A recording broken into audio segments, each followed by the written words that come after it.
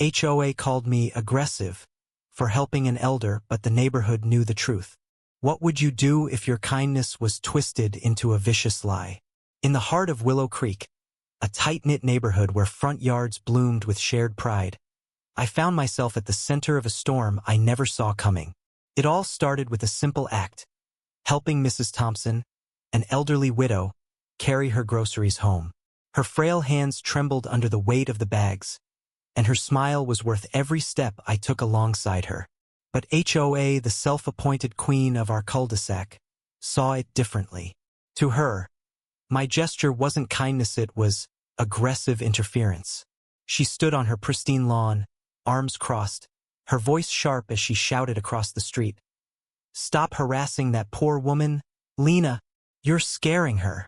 The accusation hit like a slap, and heads turned. Neighbors peeked through curtains, their whispers buzzing like static.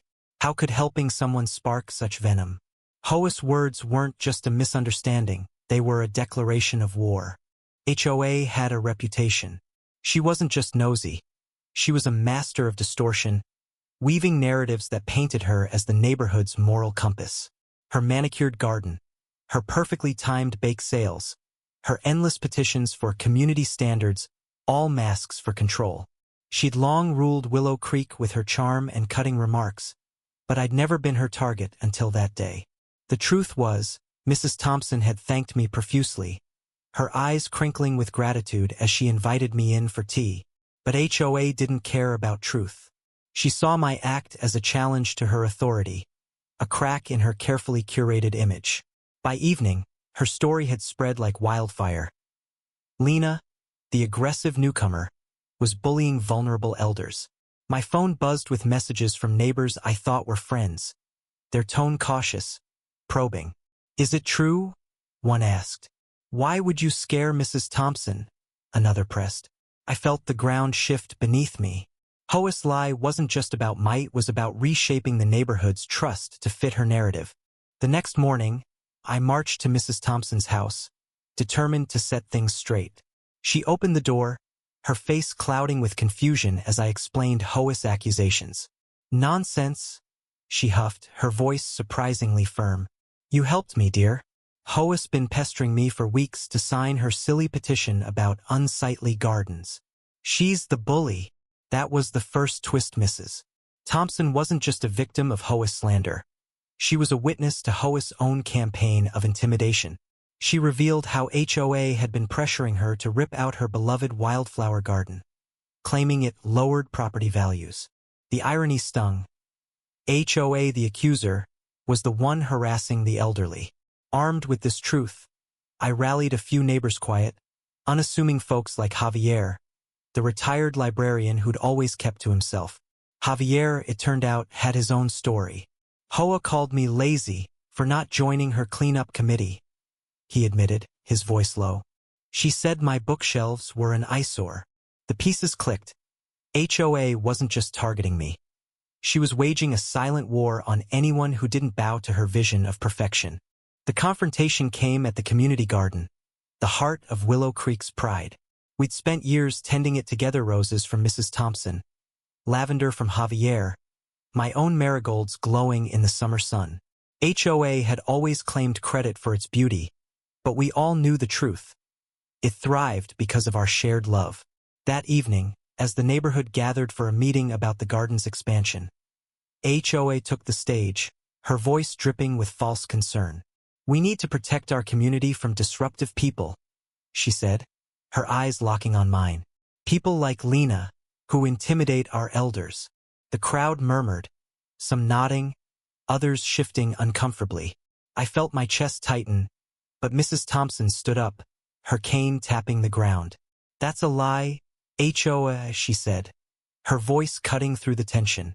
"Lena helped me. You're the one who's been harassing me about my flowers." Gasps rippled through the crowd.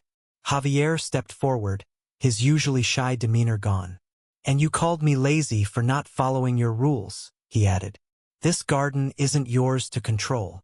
The air crackled with disbelief as neighbors exchanged glances, their trust in HOA unraveling. Then came the bombshell. Sarah, A quiet teenager who rarely spoke up raised her hand. "I saw HOA last night," she said, her voice trembling. "She was in the garden pulling out plants. I recorded it." She held up her phone, and the crowd fell silent as she played the video. There was HOA under the cover of darkness, yanking marigolds from the soil, snapping lavender stems, and tossing them into a pile.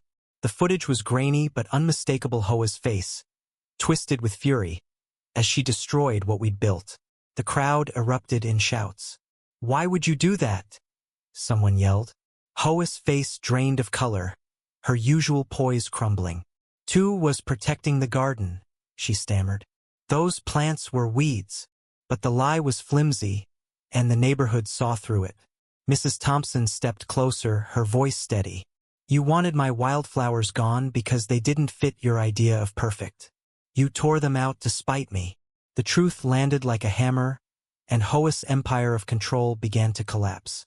HOA's downfall was swift and brutal. The crowd turned on her, their voices a chorus of outrage. "You lied about Lena," one neighbor shouted. "You destroyed our garden," another cried. HOA tried to deflect, her voice rising in desperation. "You're all overreacting. I was trying to help." But the evidence was undeniable. Sarah's video, Mrs. Thompson's testimony, Javier's quiet courage. HOA's lies had been her weapon, but now they were her undoing. By the end of the night, she stormed off, her heels clicking against the pavement as neighbors called after her, demanding accountability. The next day, her pristine lawn sprouted a new sign, "For sale." HOA was leaving Willow Creek, her reputation in tatters. The garden, though damaged, became a symbol of our resilience. We replanted together marigolds, lavender, wildflowers, each root a defiance of her control. Mrs. Thompson's hands, once trembling, now steadied as she pressed soil around a new rosebush. Javier smiled, his bookshelves no longer an eyesore, but a badge of his quiet strength. Sarah, the unexpected hero, beamed as neighbors praised her courage. In the weeks that followed, Willow Creek felt lighter, freer. The garden bloomed brighter than ever, a testament to what we could build when we stood together. HOA's lies had tried to tear us apart, but they only made us stronger. Her accusations against me, her destruction of our shared space, her need to control it all crumbled under the weight of truth. Kindness, it turned out, was louder than her venom. As I watched Mrs. Thompson tend her wildflowers, I realized the real victory wasn't HOA's departure, it was the trust we'd rebuilt, the community we'd reclaimed. What do you think when someone twists your kindness into a lie? How do you fight back? Share your thoughts, because in Willow Creek we learned that truth and togetherness always win.